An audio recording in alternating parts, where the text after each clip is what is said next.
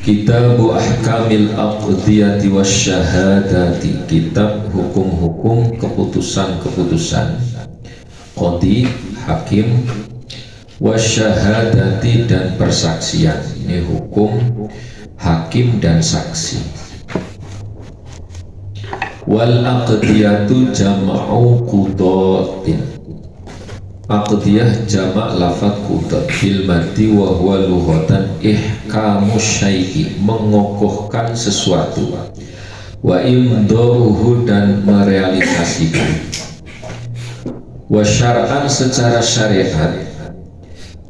Yang namanya qadi adalah faslul khusumati, memutus permusuhan, persengketaan, baina khosmaini, antara dua orang yang bersengketa, memutusnya bihukmillahi ta'ala, dengan hukum Allah ta'ala.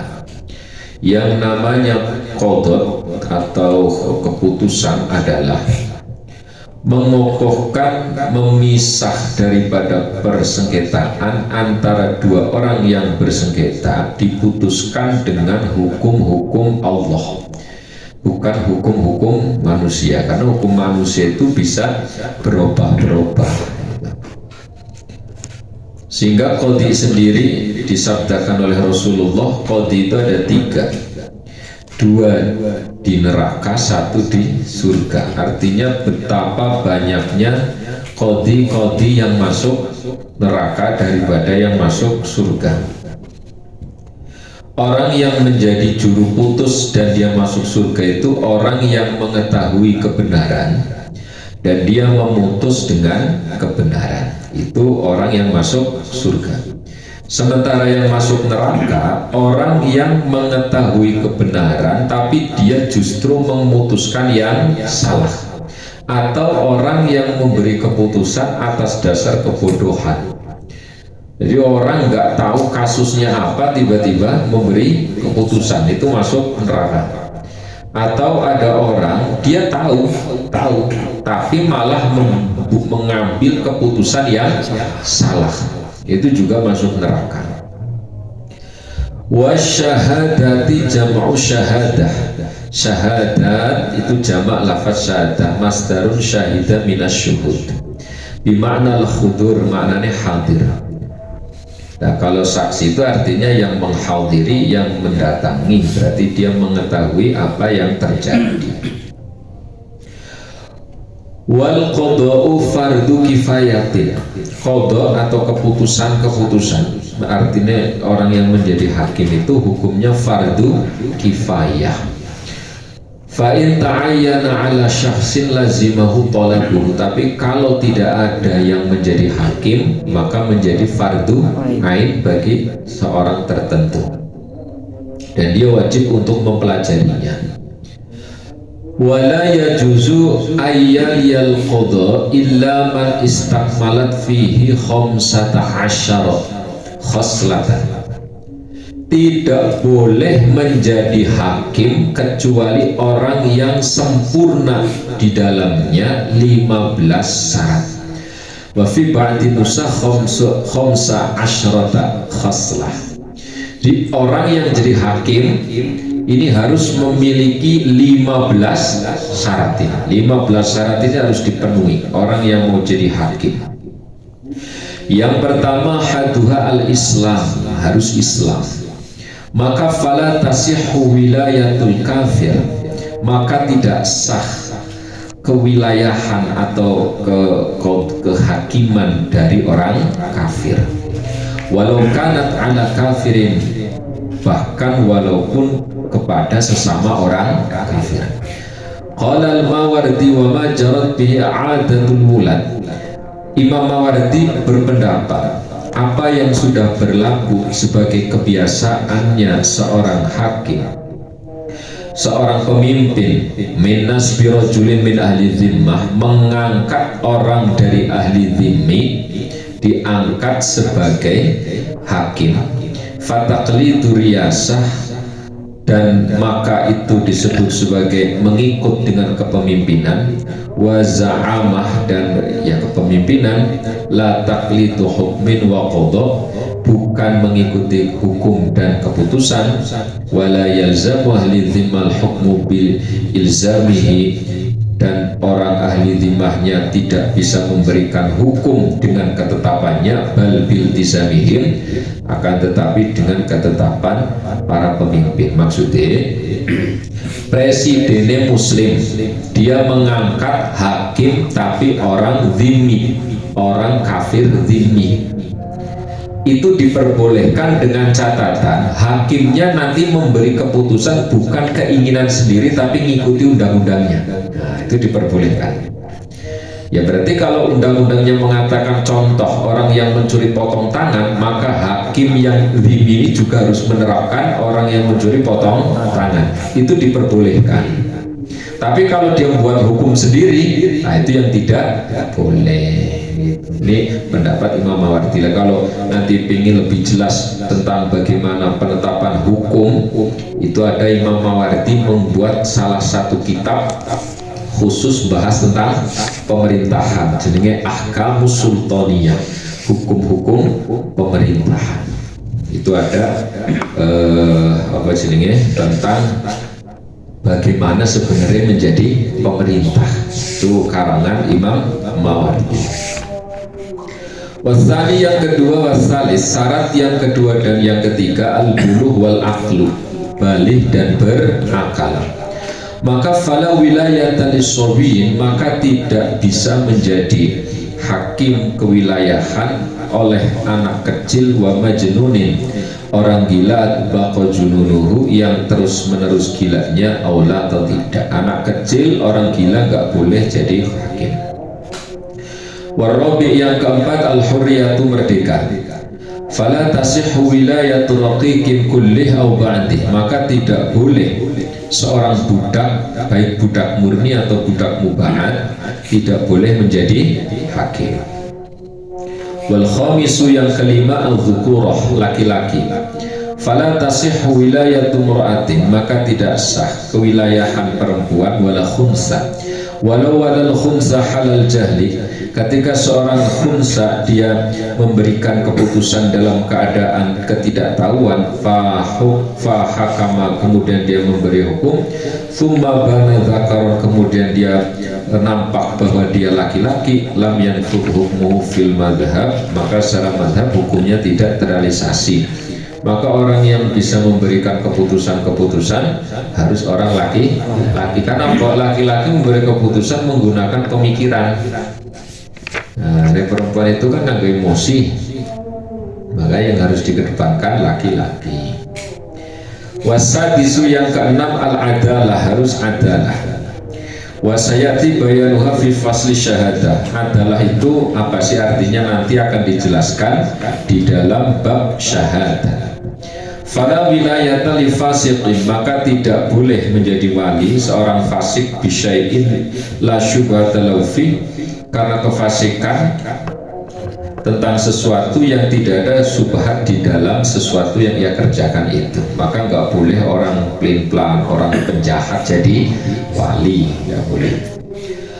Wasabi'u yang ketujuh, syaratnya ma'rifatu ahkamil kitab was sunnah, dia harus mengetahui hukum-hukum Al-Quran dan hadis. Ini jadi orang kalau mau beri keputusan harus tahu hukum Quran, hukum hadis, ala tariqil ijtihad, atas jalan ijtihad. La wala yushtaratu hifdhuhu, dan tidak disyaratkan hafal li ayatil ahkam, dia tidak harus hafal ayat-ayat hukum, wala hadithiha al muta'alliqati biha, dan hadis-hadis yang berkaitan dengan hukum, al dhahri qalbin, dari di luar hati, maksudnya di luar kepala, nggak harus. Sing penting dia tahu, maksudnya tahu bahwa Al-Quran punya hukum begini, itu ngerti. Hadisnya ada, walaupun tidak hafal, tapi kan tahu dia. Nah itu. Wa kharaja bil ahkam al-qasas wal mawa'id, pengecualian dari hukum adalah cerita-cerita dan mau'idhah. Kemarin saya sebut ada berapa ayat hukum, 500 ayat hukum itu dia harus ngerti walaupun gak hafal. Wathaminu yang ke-8 ma'rifatul ijma', dia harus tahu ijma'. Ijma' itu bahwa ittifaq ahlil halli wal aqdi, yaitu kesepakatan dari ahli mengudari dan membudeli biasanya. Cara saya kira DPR MPR ini ahlil halli wal aqdi, DPR MPR berarti tidak harus undang-undang, itu ngerti. Min ummati Muhammadin sallallahu alaihi wasallam, ada amrin minal umur, dari perkara-perkara. Wala ishtaratu ma'rifatu likulli fardin min afradil ijma', dan tidak disyaratkan mengetahui per masing-masing pasal-pasalnya. Bal yakfihi fil mas'alati allati yufti biha, cukup bagi dia ya permasalahan yang akan dia tangani saja. Au yuhkamu fiha, atau dia akan berikan hukum. Anna qawlahu la yukhaliful ijma' fiha, bahwa ucapannya tidak menyelisihi daripada ijma'. Maksudnya tidak harus hafal semua pasal-pasalnya. Ya, yang penting yang kira-kira berkaitan, ini tentang apa? Tentang pencurian. Ya udah, dia minimal ngerti ijma' tentang pencurian. Walaupun kadang dia nggak paham atau nggak ngerti tentang perzinaan, perjudian dan sebagainya. Ya, apa yang akan diputuskan dia harus ngerti dulu, itu baru boleh memberi keputusan. Ketat syaratnya. Selain dia mengetahui ijma', wattasi'u yang ke-9 ma'rifatul ikhtilaf, dia harus mengetahui perbedaan-perbedaan al-waqi' bainal ulama, yang terjadi antara ulama. Dia harus tahu khilaf-khilaf ulama. Itu syarat ke-9. Contoh kayak Imam Syafi'i ngomong sholat subuh no kunut kok yang lain, itu harus tahu perkhilafan ulama, nanti harus tahu ya. Wal ashir yang ke-10 ma'rifatu turuqil ijtihad, dia mengetahui cara-cara ijtihad, ai kaifiyatul istidlal, tata cara mengambil dalil min adillatil ahkam, dari dalil-dalil hukum. Bagaimana cara pengambilannya? Kalau ada ayat yang umum kemudian ketemu ayat yang khusus, maka bagaimana cara mengkorelasikan dua ayat ini? Kalau ada hadis satu mengatakan dilarang, hadis satu menganjurkan, bagaimana cara menggabungkan dua hadis ini? Dia harus tahu hukum-hukum itu. Berarti harus belajar qawaidul fiqh, harus belajar usul fiqh. Nah, itu tata cara untuk menjadi qadhi. Wal hadi asyar yang ke-11 ma'rifatu tarafi min lisanil arab, dia harus mengetahui dasar-dasar dari lesan Arab. Maksudnya min lughatin, dari bahasa, wasarfin ilmu saraf, wa nahwin ilmu nahu. Dia harus tahu nahu sarafnya. Ini nahu saraf tidak tahu, jangan jadi hakim. Kok keliru-keliru. Terus wa ma'rifatu tafsir kitabillah ta'ala, dia harus mengetahui tafsir Al-Quran. Tafsir Jalalain, Qurtubi, Ibnu Katsir, Al-Kashaf, Al-Marughi, Marughi Labid. Dia harus tahu tafsir. Wah, aku nggak pernah belajar tafsir, ya jangan jadi hakim. Belum pernah belajar, malah ngawur nanti keputusannya. Wasani asyar yang ke-12 ayyakuna sami'an, dia harus bisa mendengar. Fala walau bisyahin fi udhunaih, walaupun dengan berteriak di kedua telinganya. Fala yasihu tawliyatu asom, maka tidak sah kepemimpinan atau kewalian dari orang tuli. Wathalith asyara yang ke-13 ayakuna basiran, dia harus bisa melihat. Fala yasihu tawliyatu a'ma, maka tidak sah kewalian orang buta. Wa yajuzu kaunu a'war, tapi boleh kalau dia itu agak juling, kama qala Royani, sebagaimana pendapat Imam Royani. Warabi asyar yang ke-14 ayakuna katiban, dia bisa nulis.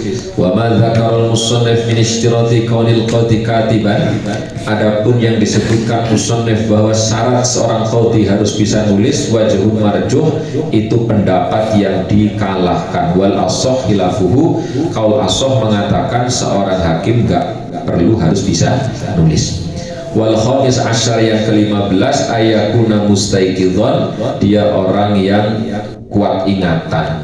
Fala yasihu tawliyatu mufilin, maka enggak sah kepemimpinan atau kewalian dari orang pelupa. Bian ikhtala nadharuhu, dia cacat di dalam pandangan, au fikrahu atau pemikiran, imma limarodin, baik karena sakit, au likibarin atau karena sangat tua, au ghairih atau selainnya. Ini jadi jadi seorang hakim, tidak hanya hakim ini, apa jadi pemimpin ini.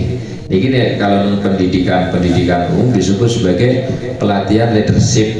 Orang yang akan menjadi leadership kepemimpinan ini 15 harus dimiliki. Nah enggak, jangan sekali-kali, bahaya ini. Satu, orangnya harus apa? Islam. Ya karena dia pimpin orang Islam kan. Islam. Dan ini syarat ini itulah yang tertuang di dalam ADART Jam'iyah Raudhatul Jannah As-Sholihiyah ya. Kita terapno ya gagal. Sopo mesti ngamu iki. Ya akhirnya gak usah iki lah, ya sithik-sithik wae. Satu harus Islam. Nomor dua harus berakal. Nomor tiga nih harus sudah balik. Nomor empatnya dia laki-laki. Nomor lima nih kudu merdeka. Nomor 6 kudu adil. Adil nanti penjelasannya. Adil itu orang yang tidak pernah melakukan dosa besar dan tidak terus-menerus melakukan dosa kecil. Itu disebut sebagai adil.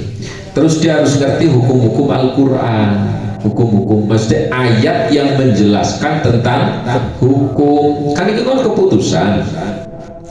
Lah keputusan itu harus diambil dari hukum-hukum di Al-Quran, karena Al-Quran mengatakan surat Maidah, barang siapa membuat hukum tapi bukan hukum Allah, maka orang itu orang fasik.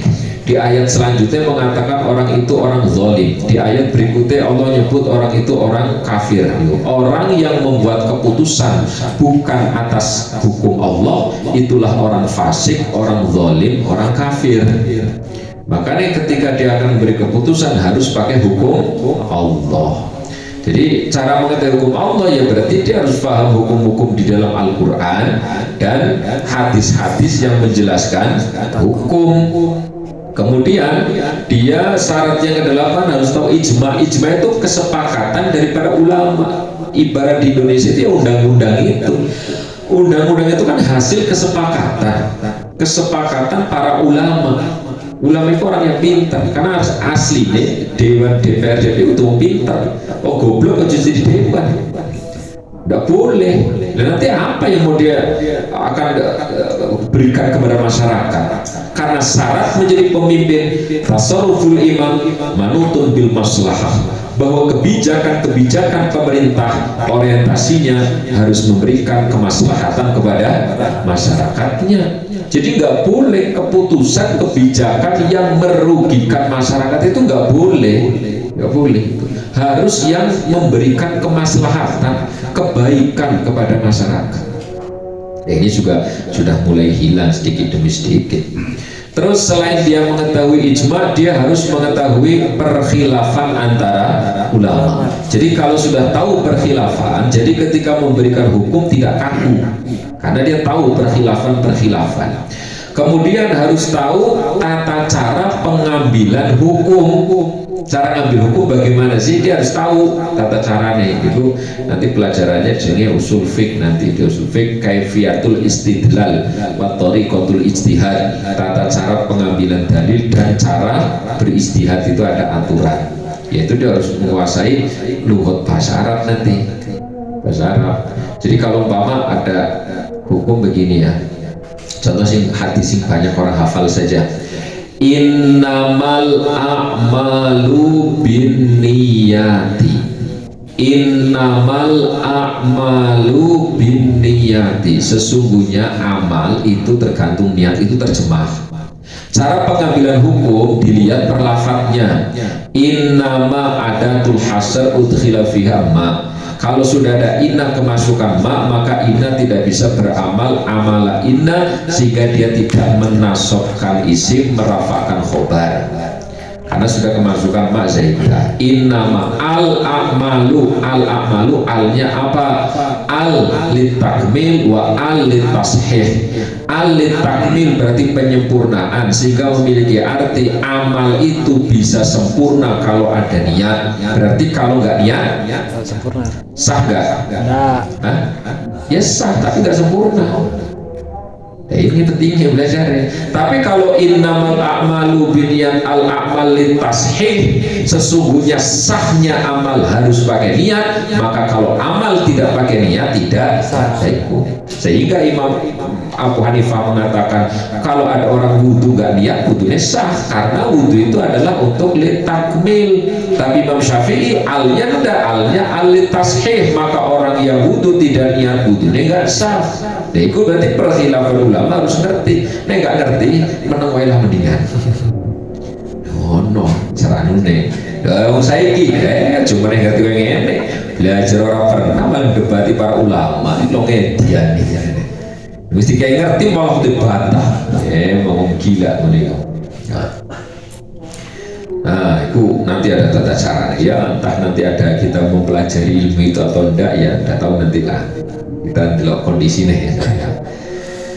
Nah, kemudian dia harus mengetahui hukum dasar-dasar bahasa Arab, karena Quran itu berbahasa Arab, hadis berbahasa Arab, maka dia harus tahu ilmu bahasa Arab, tahu satu dari lughatnya dulu, kemudian dari nahunya, sorofnya, karena nanti nahu sorof itu mempengaruhi dia menjadi makna apa itu tergantung nahu dan sorofnya. Contoh nahu, dia akan mengetahui mana yang menjadi subjek dan mana yang menjadi objeknya. Tapi kalau orang tidak tahu nahu, dia nggak ngerti subjeknya siapa, objeknya siapa, itu membahayakan. Itu. Kemudian sorof itu untuk mengetahui kosakata. Kosakata ini berasal dari kata apa? Contoh kayak kemarin adalah man qala tahta man nama tahta man qala tahta syajarati batala wuduhu. Barang siapa qala di bawah pohon maka wudunya batal. Qala orang yang tahu itu qala bermakna berkata. Sementara qala yang dimaksud dalam kata ini adalah qala yaqilu bermakna qailulah, barang siapa tidur siang di bawah pohon maka wudunya batal. Lah kalau dia tidak tahu sorof, barang siapa berkata di bawah pohon maka wudunya batal, itu bahaya. Jadi kalau ada orang ngobrol di bawah pohon wudunya batal. Padahal qala ini qala yaqilu yang memiliki makna adalah tidur siang. Sehingga nanti ada tulisan umpama mim dan nun, min ya. Tulisannya mim nun. Dia nggak ngerti nahu sorof jadi baca min. Padahal manna min manin manunun munna. Nah, itu masih baca nih. Barang siapa yang memberikan anugerah kepada orang yang berhak menerima anugerah, maka dia adalah orang yang teranugerahi. Itu masih maknanya ngono. Tapi kalau tulisannya min kabeh diwaca min. Ya no. Jadi maknanya ayat kudu ngerti bahasa. Dari sini kan berarti mulai bisa dipahami kan. Kalau memang kita nggak paham, janganlah bahas agama. Makanya saya kalau cerita agama kan koyo agak galak udah ngomong itu. Mesti ini orang ngerti, orang saya kayak ngomong maksudnya. Iki wong kok ya Allah Rabbi dibantah koyo ngono iku. Padahal dia nggak pernah mempelajari dasar-dasar. Ini dasar loh, dasar. Artinya kalau dasar ini nggak terpenuhi, berarti dia nggak sah. Memberi keputusan itu nggak sah. Ini berarti buat keputusan. Atau saya contohkan, kita di dalam jamiah ini saja, umpama ada perkhilafan itu ya, perkhilafan itu perbedaan pendapat. Lah untuk bisa memecahkan dari perbedaan pendapat dan nanti pendapat mana yang harus dipakai, itu kan butuh perenungan. Satu dilihat dari kosakatanya dulu. Nah, kata-katanya dilihat. Ini kata-kata ini mengandung maknanya kemana, arahannya kemana. Itu butuh perenungan. Terus nanti ada kasus-kasus apa yang bisa diputuskan kalau dia butuh menggunakan sistem merenung. Ya, kebanyakan orang itu kadang nggak merenung gitu ya. Dia kadang merenung tapi merenung nggak tembus gitu. Ini ya harus dibutuhkan, termasuk juga nanti harus tahu jenenge kias barang kan, kias. Kemudian dia harus tahu tentang tafsir, seperti tafsirnya. Contoh kaya nang Quran mengatakan apa jenenge wallati yatawaffawna azwajahunna yatarabbasu salasata quru. Orang-orang perempuan yang ditinggal mati oleh suaminya, maka dia menunggu, artinya masa iddahnya salah satu quru'in, 3 quru itu artinya apa? Terjadi dilihat di tafsir. Imam Syafi'i mentafsiri quru artinya suci. Berarti orang-orang yang ditinggal mati oleh suaminya, dia menyandang iddahnya 3 kali sucian, karena quru menurut Imam Syafi'i artinya suci. Abu Hanifah mengatakan salah satu quru artinya haid. Maka orang yang ditinggal mati oleh suaminya, dia harus menunggu 3 kali haid. Loh, bedanya apa 3 kali haid dengan 3 kali suci? Ini jelas beda. Satu penghitungannya menggunakan masa suci, yang satu menggunakan masa haid. Mesti waktunya akan berbeda. Kenapa lafadznya sama kok bisa maknanya beda? Itu hasil daripada ijtihad. Artinya apa? Ya penemuan kata. Lafadznya kan sama, tapi kok kenapa bisa maknanya bisa beda? Kok bisa itu? Berarti Al-Quran ini beda-beda atau Al-Quran ini ya enggak, Al-Qurannya enggak beda, pemahaman orang yang beda. Kalau Qurannya tetap mengatakan salah satu quru maknanya apa? Ya hanya Allah yang tahu. Tapi Imam Syafi'i merenung quru itu artinya suci, Abu Hanifah merenung quru artinya haid gitu. Jadi terus akhirnya menghasilkan kesimpulan beda. Atau umpama saya itu buat istilah apa, barang siapa kalau ditawari orang maka jawablah nggih. Jadi jadi ditafsiri gitu artinya iya. Sing satu mentafsiri gitu artinya tidak. Lafadznya sama, tapi kok penafsiran bisa beda. Itulah begitu dia. Nah, jadi butuh perenungan. Berarti kan orang yang harus luas wawasannya. Nah, kalau dia tidak luas ya, nah ini. Ya, makanya saya selalu ngomong apa? Kalau kita akan memberikan keputusan apapun, harus betul-betul tahu kronologinya. Semuanya harus tahu. Jangan cuma mendengar nggak jelas langsung membuat keputusan. Jangan. Harus direnungkan dulu. Ya, perenungan. Kemudian syaratnya lagi orangnya harus mendengar. Ini nggak mendengar, dia memberi keputusan. Ya. Terus harus bisa melihat. Kalau nggak melihat, nanti nggak bisa melihat tanda-tanda mana yang jujur, mana yang tidak. Terus dia harus bisa nulis, tapi ini pendapat yang marjuh. Kemudian seorang qadhi harus ingatannya kuat, orang kok lalinan. Ya, wong lalinan pikun piye jenenge niku. Wah, kan beri keputusan lali-lali wae, lupa terus, ya akhirnya kok salah keputusannya. Jadi harus yang terjaga, maksudnya ingatannya kuat. Nah, harus ingatan.